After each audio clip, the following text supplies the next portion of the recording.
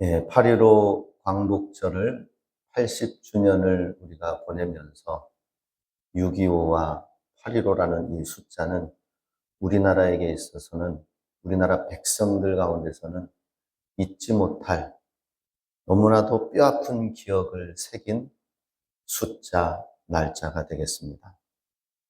우리는 이 참상들을 잊지 않기 위하여서 6.25, 8.15라는 이 숫자를 늘 기억하고 기념하고 역사를 돌아보고, 또 뉴스에 보니까 서대문 형무소의 상황들이 어땠는지 역사관을 보면서 수많은 시민들이 그 역사의 현장 가운데에 얼마나 일제의 핍박이 힘들고 가혹했는지 현장을 보면서 역사적인 교훈을 보는 장면도 있었습니다. 이스라엘 백성들에게 있어서는 430년의 노예 생활을 하면서 잊지 못할 어려운 상황들이 있었고, 그 노예 생활은 먹을 것도 제대로 주지도 않고, 또 일할 때에 있어서 일할 재료도 없으니까 또 그 재료를 만들기 위하여서 또 재료 만드는 시간까지 포함하여서 엄청난 핍박을 가하고, 이스라엘 백성이 번성하니까 그 아들들을, 2살 이하의 아들들을 죽이면서까지 하면서 엄청난 살해와 살인과 핍박이 있었던 것이 노예 생활이었었습니다. 그런데 하나님께서 이스라엘 백성을 출애굽하게 하시고 가나안 땅에 새로운 나라를 만드시면서 다음 세대 자녀들에게 있어서는 그날을 잊지 말자, 출애굽하였던 그 시간을 잊지 말고 애굽 생활을 절대 잊어서는 안 된다 하여서 매 해마다 유월절과 무교절 시간에는 이 쓴 나물과 무교병을, 딱딱한 무교병, 맛이 없는 무교병, 쓴 나물을 먹으면서 이렇게 얼마나 급하게 빵을, 먹을 거리를 제대로 만들지도 못하고 하나님이 출애굽하게 급하게 하셨는가. 광야의 고난에 또 애굽의 시간들이 얼마나 쓰디쓴 시간이었는가 하는 것을 쓴 나물을 먹게 하면서 자녀들이 역사의 교훈을 갖게 한 것을 보게 됩니다. 우리도 8.15 80주년의 광복을 맞이하면서 잊지 말아야 될 것은, 그때 당시에 수많은 나라의 순국 선열들이 있을 때에 순국 선열들의 그 독립 유공자들과 그 후손들 또한 잊지 말아야 될 것을 기념하기 위하여서 이번에는 탤런트 션이라는 사람이 8.15 광복절날 마라톤을 뛰었는데 마라톤 구간이 81.5km를 뛰었다고 합니다. 마라톤 정상적인 선수 코스가 42.195km인데 거의 2배 해당되는 거리를 선수도 아닌 연예인, 배우, 크리스찬 하나님의 사람이라고 하는 션이라는 사람이 마라톤 81.5km를 뛰면서 마지막에는 다리가 완전히 풀려졌다고 얘기를 합니다. 그러면서 독립유공자들의 후손들을 잊지 말자, 그러기 위하여서 자기 자신이 기부하며 하는 행사가 있는데 자기 평생의 유공자들의 집을 마련해 주도록 하기 위해서 100호의 집까지 세워지기까지 하나 둘 세워나가고 기부하고 운동을 일으켜서 지금 22채까지 지었다고 합니다. 그래서 그는 계속 해마다 이렇게 뛰겠다고 합니다. 대단하죠? 하나님의 사랑. 그런데 8.15 이 광복절에 있어서 광복절은 누가 광복을 시켜줬나 하는 것입니다. 보니까는 누가 한 것이 아니라 진짜 하나님의 은혜로 된 것입니다. 할렐루야. 하나님의 은혜로 어떻게 할 수 없는, 일본은 대동아 전쟁을 일으키고 미국과 맞짱 떠서 싸우고 하와이에 전투기를 보내고 하면서 이 일본은 이제는 통제 불가능한 나라가 된 이 상황 속에 누가 이 일제의 강점기에서 구출하고 광복을 시킬 것인가? 역사적으로 보니까 진짜 하나님의 은혜입니다. 그거 외에는 없습니다.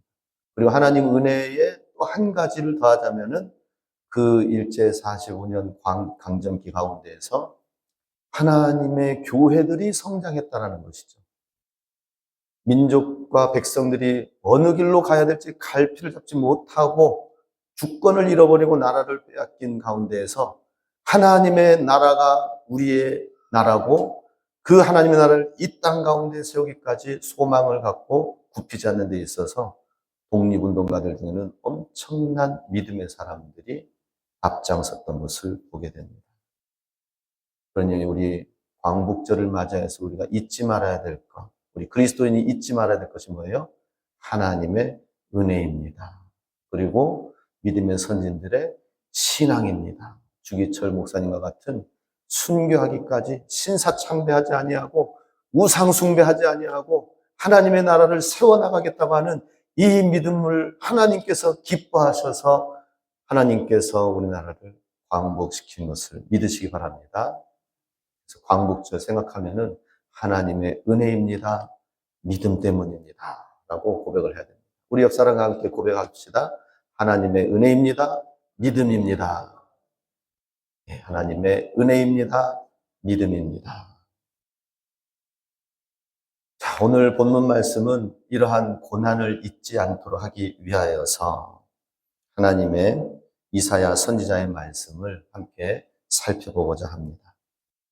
고대 이스라엘 백성, 이 백성을 하나님께서 나라를 세워주셨는데 다시 한번 큰 위기 가운데 어려운 가운데 놓여지게 됩니다. 출애굽하고 광복을 하여서 가나안 땅에 나라를 세웠지만은 수백 년이 지나면서 하나님께서 이스라엘 백성을 세워 하나님의 백성으로 세워서 예배의 공동체로 나라로 세웠지만은 이 이스라엘 나라 유다가 반으로 나눠지고 그러면서 큰 위기를 맞게 되는데 결국에는 나라가 무너지고 망하게 되어지는 상황이 벌어지게 됩니다. 그때의 일본처럼 침략하여 완전히 정복한 그 나라가 이스라엘에게 있어서는 아수르 제국이었습니다. 아수르. 이 아수르 제국은 대화가 통하지 않아요. 그냥 무력으로 힘으로 짓밟아 오는 것입니다. 나라를 침략해서 물건을 약탈하고 파괴하고 사람을 끌고 가고 노예 삼고 악한 엄청난 악의 군주가 있는 아수르. 공격 앞에 이스라엘과 유다가 있게 되는 것입니다. 이 아수르의 공격 앞에서 공교롭게도 북이스라엘과 남유다가 있었는데 북이스라엘은 멸망하게 되고 남유다 왕국은 멸망하지 않게 되었다라고 하는 것입니다. 분명히 남유다 왕국을 침략해 왔는데 힘이 부족해서 그럴까요? 그게 아니었다라는 것이죠. 이유를 살펴보니까 하나님의 말씀과 메시지가 선포되어지면서 남유다 왕국에는 그래도 회개하고 돌이켜서 말씀으로 살고자 하는 부흥의 불씨가 좀 남아있기 때문에 하나님이 이 부흥의 불씨를 끄고 싶지가 않았던 거예요. 그래서 이 불씨가 조금이라도 남아있기 때문에 이걸 좀 더 계속 지켜보도록 하자. 그래서 아수르 대군 18만 5천 명이 쳐들어왔지만은 사네립 장군이 쳐들어왔습니다. 그런데 그때 하나님의 선지자가 그 18만 5천 명 그 이상의 하나님의 천군 천사가 더 크게 더 위대하게 전능한 가운데 두르고 사방에 우리를 위하시는 것을 모르느냐 하면서 게하시 종에게 이야기를 하는 것이었습니다. 그리고 그날 밤 18만 5천 명은 하나님에 의해서 완전히 전멸되어지고 아침에 일어나 보니까 사네립 장군이 와서 보니까 어떻게 됩니까? 와, 다 죽고 거름아 날 살려라 돌아가게 되었던 것입니다. 그리고 돌아가게 되어서 이 사내립 장군은 나중에 또 엄청난 죽음을 맞이하게 되는 것입니다. 하나님의 백성, 하나님의 부흥의 불씨, 씨앗이 남아있는 이것을 건드리는 아수르를 향한 하나님의 징계가 또 있는 것을 보게 됩니다. 먼저는 오늘 본문 말씀에 보면은 이스라엘 백성 안에 왜 이런 일이 생겨나게 되었는가? 하나님 나라의 법과 세상의 법, 이 두 가지 법이 충돌하였다라고 말씀하고 있습니다. 1절, 2절 말씀 같이 함께 읽습니다. 불의한 법령을 만들며 불의한 말을 기록하며 가난한 자를 불공평하게 판결하여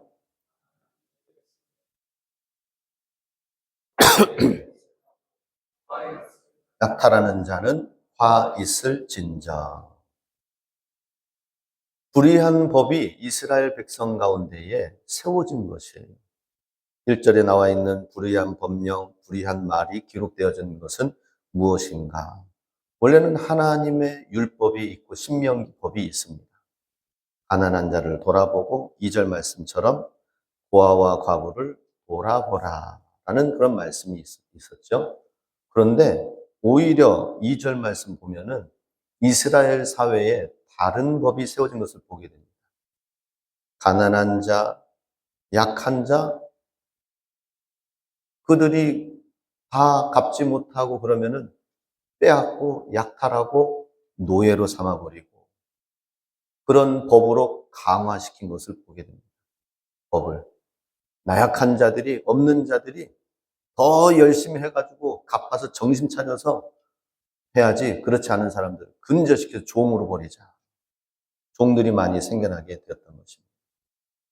하나님 나라의 백성에게는 나약하고 연약한 자들을 돌아보고 섬기면서 이것이 건강한 사회로 나아가도록 함께 더불어 나아가라고 말씀하였지만 이스라엘 나라 땅 가운데는 그 법이 세상의 법. 세상의 법은 뭐예요? 다른 나라, 이웃 나라의 법을 보니까 이렇게 강하게 법을 가지고 다스리고 하니까 사회가 통치가 되어지고 뭔가 정화가 되어지고 그러는 것처럼 보였던 것입니다. 그걸 이스라엘 나라 땅 가운데에 가지고 왔을 때에 결국에는 하나님의 뜻과 하나님의 법과 세상의 법이 충돌하였더라라고 하는 것이죠. 우리도 신앙생활을 하면서 하나님의 말씀대로 하나님의 뜻이 무엇인지를 놓고 그 말씀대로 귀 기울여 살아야 되는데 우리는 쉽게 세상의 가치관, 세상의 기준을 가지고 사람들을 대하고 일을 처리하고 그러다 보면은 바로 지금 이사야 10장의 시대가 지금 나타나고 있는 것입니다. 하나님의 법과 세상의 법 이 두 가지가 충돌하게 되어진다라고 하는 것이죠. 3절 말씀에 보면은 벌하시는 날과 멀리서 오는 환난 때에 너희가 어떻게 하려느냐라고 말씀하십니다. 그렇게 충돌되어진 법으로 해서 이 사회에 연약한 자들을 돌보지 않고 하나님의 법과 정의가 세워지지 않게 되어지는 그 사회를 이루어 가게 된다면 결국에는 있는 자들은 더 취하고 뭔가 잘 만들어져 가는 것처럼 실제로 여로보암 2세 때는 하나님이 굉장히 심판하고 책망하는 나라 왕이었지만은 나라적으로는 국가적으로는 경제가 의외로 아이러니컬하게 부흥하였어요. 아합 왕 때도 부흥하고 여로보암 2세 때도 부흥하고 하나님은 책망하는데 악인이라고 악하다고 책망을 하는데 더 부흥하고 벌짠하는 거예요. 이유가 무엇일까요? 세상 나라의 가치관으로 해서 나라를 세워나가고 있었기 때문이다 하는 것이죠. 그랬을 때 하나님께서 3절에 말씀하십니다. 더 큰 심판에 벌하는 날이 올 때에 그 환난 때에 너희는 어떻게 하려느냐? 누구에게로 도망하여 도움을 구하겠으며 너희의 영화를 어느 곳에 너희의 행복을 어디에다가 간직하여 보호하겠느냐라고 주님 말씀하십니다. 하나님 말씀대로 가치관을 가지고 사는 것이 궁극적으로는 저 멀리서 오는 그 더 큰 위협과 어려움에서 하나님의 말씀과 공의와 사랑이 있는 이 나라를 하나님이 지켜주신다는 사실을 모르고 자기가 부를 이루고 자기가 행복을 이루고 하는 여기에는 한계점이 있다. 아수르라는 포악한 존재가 경제적으로 또 문화적으로 정신적으로 건강을 빼앗기고 돈을 빼앗기고 자녀들이 끌려가고 어려운 문제가 생기게 되어진다 하는 것이죠. 4절 말씀에 보면은 포로된 자 아래에 굽부리며 죽임을 당한 자 아래에 엎드러질 따름이라. 여호와의 진노가 돌아서지 아니하며 그의 손이 여전히 펴져 있으리라. 이 모든 것은 하나님의 심판의 손이 펴져 있다는 것입니다. 그것을 또 구체적으로 하나님의 진노의 막대기라고 5절에서는 표현하고 있습니다. 아수르 사람은 화 있을진저 그는 내 진노의 막대기요 그 손의 몽둥이는 내 분노다라고 말씀합니다. 하나님의 말씀으로 돌아오고 다시 하나님의 법이 세워져서 하나님의 말씀의 기준으로 살지 아니하면은 진노의 막대기, 하나님의 그 손에 몽둥이, 분노의 몽둥이가 아수르 사람을 통하여서 나오는 것처럼 그렇게 되어질 것이다 하는 것이죠. 우리가 우리의 행복을 지속적으로 유지하여 나가려면은 무엇인가 손해와 어려움과 고난을 겪어봤을 때에 이게 정말 소중한 것이 무엇인가 하는 것을 알게 됩니다. 내가 편안한 가운데서만 살면은 정말 소중한 것이 무엇인지를 몰라요. 우리 금민이가 이번에 알바를 하면서 뜨거운 날씨 속에서 뭐 좀 일을 좀 했습니다. 그러면서 같이 일하는 사람들과 함께 해서 어제 이제 마지막 마무리하고 알바를 마쳤는데 굉장히 무더운 날씨 속에서 막 땀이 쫙 흐르면서 어려울 수도 있을 텐데 그 어려움을 잘 마지막까지 포기하지 않고 끝낸 것만으로 참 대단한 것 같아요. 그런데 그 일을 통해서 바래다 주고 오고 하면서 이야기를 하는데 그 사람들, 자기는 잠시 잠깐 알바로 일하지만은 그 일하시는 분들은 한 분 한 분 얼마나 그 삶의 현장 일터에서 열심히 인내하며 살아가는가. 그리고 또 삶의 환경과 형편 이야기를 들어보니까 넉넉지도 않고 어려운 환경에 놓여져 있는 사람도 많은데 그 어려운 일을 지속적으로 해나가는 것. 그래서 사람들 사회를 볼 때에 굳은 일하고 하찮은 일 한다고 함부로 판단할 게 아니다 하는 것을 삶의 내면을 통해서 보면서 사람들을 존경하고 존중하고 관계를 교제를 가진 것을 보게 됩니다. 고난의 시간을 가지면서 사회 속에서 무엇이 더 소중한 것인지를 얻게 되는 것. 저는 알바비보다 그렇게 깨닫게 되어지는 것이 더 인생의 소중한 경험이라고 생각이 됩니다. 하나님께서도 마찬가지입니다. 하나님이 주신 이 행복과 이 축복, 고난 가운데 손해와 어려움 가운데 있을 때에 소중한 것을 알게 된다는 것이죠. 그러면 우리가 늘 항상 고난을 경험해야 되고 아파야 되고 깨지고 문제가 생기도록 해야 될까요? 그래서 깨달아야 될까요? 그렇지는 않다라는 것입니다. 반대로 하는 방법이 있습니다. 그것은 무엇입니까? 하나님 말씀대로 살면서 갖는 손해다. 영적인 손해, 육적인 손해다라는 것입니다. 내가 육신적으로 내 힘으로 산다면은 더 취하고 더 나아갈 수도 있지만은 하나님의 방식대로 하나님 말씀에 순종하면서 그러면서 나아가는 것. 강철왕 카네기가 있습니다. 강철 큰 회사를 일으켜서 엄청나게 큰 세계적인 기업을 일으켰던 카네기. 그래서 그 사람을 강철왕 카네기라고 하는데요. 먼저 사업을 시작할 때에 이 강철 회사가 9명의 사람들이 회사 사장으로서 그 회사를 인수해가지고 했는데 계속 부도가 나고 일어나지 못하는 회사가 돼서 결국에는 카네기한테까지 손에 넘어오게 되었습니다. 카네기는 9명의 사람들이 이렇게 어려움을 겪고 회사를 넘긴 이 과정을 알기 때문에 카네기는 철저하게 믿음 신앙으로 할 것을 결단하면서 그 철강 회사를 인수했다고 합니다. 어떻게 했을까요?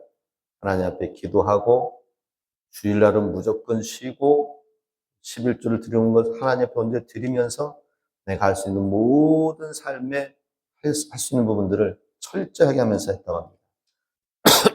그리고 어떻게 됐을까요? 철강 회사는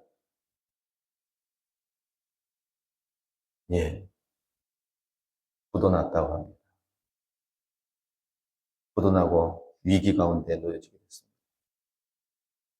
그렇게 해도 부도날 수밖에 없는 그런 상황의 환경에 있었던 것입니다. 그리고 그날 밤 카네기는 하나님 앞에 간절히 기도했다고 합니다. 금식을 하며 하나님 앞에 간절히 기도하며 탄식하고 통곡하면서 하나님 어떻게 나한테 이럴 수가 있습니까? 내가 하나님의 믿음으로 하나님의 뜻대로 해서 기도하면서 철저히 신앙생활을 했는데도 이렇게 하니 하나님 살아계시는 거 맞습니까? 간절히 기도했어요. 그랬더니 하나님께서 말씀하였습니다. 카네기에게 음성을 들려주셨어요. 카네기야, 그 회사에 사장이 너의 이름으로 돼 있는데 그것을 예수님이 사장이 되도록 하라. 예수님이 주인이 되게 하라라고 했습니다. 무슨 말일까? 분명히 나는 하나님을 위하여서 그리고 신앙생활을 철저히 믿음으로 했는데 그런데 보니까 모든 이 일을 하면서 신앙과 이 모든 일들을 감당하면서 결국에는 자기의 목표, 자기의 행복 이것이 앞섰더라라고 하는 것입니다. 기업의 사장, 기업의 회장 이것이 내가 아니라 예수님이 되게 하라. 깊이 깨닫고 돌이켜 기도하면서 하나님 앞에 전심으로 예배하고 주일 성수하고 하나님 앞에 온전히 드리며 나아갔지만 그것이 주님을 온전히 위한 것이 아니라 나를 위한 것이었구나 하는 것을 다시 한번 깊이 깨달았다고 합니다. 그래서 다시 한번 기도하고 시작한 이후에 7년 이후에는 대기업으로 성장하게 되었다고 합니다. 하나님, 이제야 하나님께 맡긴다는 것이 무엇인지를 알게 되었습니다. 그러면서 이렇게 일하는 모든 과정 가운데도 하나님께 물어가면서 지혜를 구하면서 하고 또 모든 그것이 하나님을 위하여서 세워지는 기업이 되도록 하고 그래서 하나님이 세워주신 것을 보게 됩니다. 자, 우리 신앙생활 하지만은 하나님의 뜻대로 하나님의 방법대로 나아가려고 하지만 이스라엘 백성이 하나님의 진노의 몽둥이에 맞게 되는 것을 보게 됩니다. 사실 우리나라가 일제 침략으로 말미암아 엄청난 핍박과 환경으로 들어가는 데에는 일본이라는 몽둥이에 의해서 되어져 있지만 그 몽둥이 때문에 오히려 더 깊이 하나님 앞에 깨닫고 말씀 붙들고 온전한 신앙이 무엇인지를 놓고 기도하는 시간들에 온전한 믿음의 싸움의 시간들이 있었다라고 하는 것이죠. 그래서 저는 일제시대 때 어떤 과정이 거쳐졌는지 역사를 계속 지금 살펴보고 있습니다. 8월 달 광복만 바라보면서 감사합니다가 아니라 어떠한 과정을 거쳐가지고 들어가게 되었고 그 과정 속에서 하나님의 교회가 성장하면서 하나님의 복음의 역전의 시간이 어떻게 이루어졌는지를 역사를 통해서도 보고 있습니다. 근데 우리가 하나님의 말씀을 통해서도 그것을 보고 발견할 수 있다라고 하는 것이죠. 6절 말씀에 보면은 내가 그를 보내어 경건하지 아니한 나라를 치게 하며 내가 그에게 명령하여 나를 노하게 한 백성을 쳐서 탈취하며 노락하게 하며 그들을 길거리에 진흙같이 질밟게 하려 하거니와. 하나님께서 이 아수르라는 이 몽둥이를 들어서 사용하는 대상이 무엇입니까? 경건하지 아니한 나라. 그에게 명령하여 나를 노하게 한 백성을 쳐서 탈취하며 노락하게 할 것이다 라고 하였습니다. 이스라엘 백성은 하나님을 믿고 섬긴다고 하였지만은, 그러나 하나님을 온전히 믿고 따르는 것이 아니라 세상의 방식대로 오히려 더 바뀌어져 가는, 역전되어져 가는 상황에 놓여지게 됐습니다. 그 한가운데에는 아합 왕이 있었고, 거기에 얼마나 많은 우상 숭배가 있었는지를 역사서에서는 보여주고 있습니다. 곳곳에 우상 숭배가 놓여지게 되었다라고 하는 것입니다. 몽둥이를 들고 사용하지 않을 수가 없게 되어진 이스라엘, 북이스라엘의 타락한 모습. 우리 세상 사람들 보면은 믿는 주님의 자녀들이 있습니다. 또 믿지 않는 사람들의 자녀들이 있습니다. 보면은 믿는 사람들의 자녀들 가운데서 의외로 타락하고 또 더 어긋나 있는 모습들의 삶을 목격하는 경우들이 많이 있어요. 우리 학생들을 또 제가 많이 대해보잖아요. 믿지 않는다고 하는데 착해. 믿지 않는 부모님이라고 하는데 착해. 믿는다고 하는 부모님이 있는데 굉장히 다루기 힘들고 세상으로 더 많이 치우쳐져 있는 모습들을 가끔 봅니다. 그러면 저는 깜짝 놀랍니다. 믿지 않는 부모의 자녀는 이렇게 순수하면서 따라오는 듯 하는데, 믿는 부모님의 자녀들은 의외로 다루기 힘들고 그 안에 있는 세상의 것들이 더 많이 가득 있고 그런 모습들을 보게 됩니다. 왜 그럴까요? 믿지만은 세상을 너무 닮아가는 것에 자기 자신도 모르게 그렇게 되어진 것을 보게 됩니다. 북이스라엘 땅은 결국에는 돌이키지 않았기 때문에 바로 아수르에 의해서 처참하게 끌려갔습니다. 그런데 유대 땅은 하나님이 보존시키셨어요. 아까 말씀드린 것처럼 보존하셨어요. 하나님의 이러한 고난 앞에서 이스라엘 백성들이 조금이라도 경건하지 못한 것, 하나님의 말씀을 붙들지 못한 것을 깨닫게 하길 원하였다는 것입니다. 그리고 8절, 9절 말씀에 보면은 얼마나 그들 가운데, 북이스라엘 가운데 우상 숭배가 있었는지를 보여줍니다. 9절에 갈로는 갈그미스와 같이 아니하며 하맛은 아르밧과 같이 아니하며 사마리아는 다메섹과 같이 아니하냐. 즉 바벨론 왕이 나라를 다 다스리고 치고 정복하면서 옆에 있는 사방에 있는 나라들을 자기의 하나의 주 정부에 해당되는 관료들이 다스리는 그러한 땅에 불과하다고 하면서 다 다스리는 것이죠. 그러니 사마리아는 다메섹, 아람 땅에 다메섹과 같은 그러한 한 지역의 도시와 같은 것이 아니냐. 한 나라가 이렇게 다스리는, 몽둥이를 가지고 있는 아수르의 관료들이 다스리고 통치하는 것에 불과한 그러한 존재로서 하나하나 다 무너뜨리고 나라들을 무너뜨립니다. 이유는 무엇입니까? 10절에 내 손이 이미 우상을 섬기는 나라들에 미쳤나니 그들이 조각한 신상들이 예루살렘과 사마리아의 신상들보다 뛰어났느니라. 이방 땅에 있는 모든 나라들을 정복하고 다스리고 아수르가 정복하였는데 이제 예루살렘과 사마리아도 동일하게 신상들과 우상을 섬기는 것들이 있었다라고 하는 것이죠. 그리고 이방에 있는 그 우상 숭배는 더 크고 더 악하기 때문에 먼저 하나님의 징계를 받았고, 예루살렘과 이 사마리아 신상들도 동일하게 우상 숭배의 신상들이 하나님의 땅 안에 있기 때문이다라고 하는 것이죠. 그래서 우리가 광복을 할 때에 하나님, 주님께서 우리에게 주신 자유와 대한민국 가운데 하나님의 놀라운 믿음의 교회를 이렇게 세워주신 것이 발전과 부흥과 제가 깜짝깜짝 놀랍니다. 예.